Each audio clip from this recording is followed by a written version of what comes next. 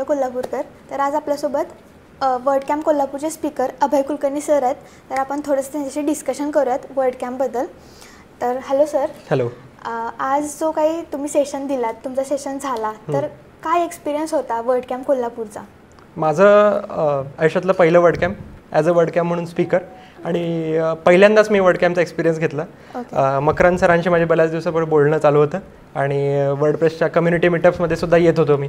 तर हा अनुभव फारच छान होता आणि विशेषतः ऑर्गनायझिंग व्यवस्थित झाली आहे, अगदी from catering to the venue to anything. म्हणजे मला खूप आवडली ऑर्गनायझिंग. मी आजपर्यंत माझ्या आयुष्यात जेवढ्या इव्हेंट्स अटेंड केलेत त्यातली वन ऑफ द बेस्ट ही इव्हेंट होती. Thank you so much.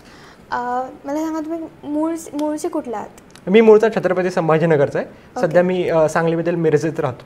तर तुम्ही जसं म्हटलात तुमचा हा फर्स्ट वर्ड कॅम्प आहे, तर याच्या अगोदर तुम्ही वर्ड कॅम्प अटेंड केला आहे की स्पीकर ॲज अ स्पीकर नाही केला? नाही, आजपर्यंत कुठलाही वर्ड कॅम्प अटेंड केलं नाही. पहिल्याच वर्ड कॅम्प अटेंड केलं ॲज अ स्पीकर. ओके. मग असं का वाटलं की वर्ड कॅम्प कोल्हापूरला जायला पाहिजे, प्लस अटेंड न करता काहीतरी तिथे आपण कॉन्ट्रीब्यूट करायला पाहिजे ॲज अ स्पीकर, काहीतरी व्हॅल्यू द्यायला पाहिजे लोकांना? तर असं का वाटलं वर्ड कॅम्प कोल्हापूरच का स्पेसिफिकली? 4 वर्षापासून मी वर्डप्रेस वापरतो आणि वर्डप्रेस हे ओपन सोर्स आहे आधीपासून माहीत होतं.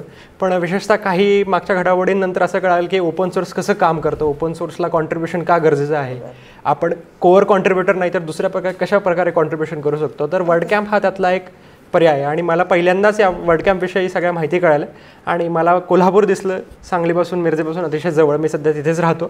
तर त्यामुळे मी पहिल्यांदा तयार केलं आणि म्हटलं आपण सहज ॲप्लाय करूया आणि ॲप्लिकेशन माझं ॲक्सेप्ट झालं स्पीकर म्हणून. ओके. तर तुम्ही जे आता स्पीकर ॲज अ तुम्ही जो टॉपिक होता त्याच्याबद्दल थोडंसं इंट्रोडक्शन देऊ शकाल का, की काय होतं, काय नेमकं व्हॅल्यू तुम्ही दिलीत स्टुडंट्सना, अटेंडन्सना? तर माझं सेशन हा फ्रॉम वेबसाईट टू वर्कफ्लोजवर होता.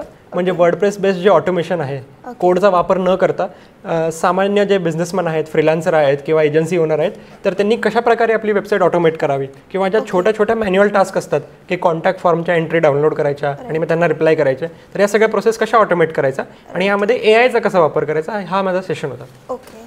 तर वर्ड कॅम्प कोल्हापूरसाठी 3 शब्दात काय सांगाल आपल्या व्ह्युअर्सना? झकास आणि विषय hard. Okay. Thank you so much.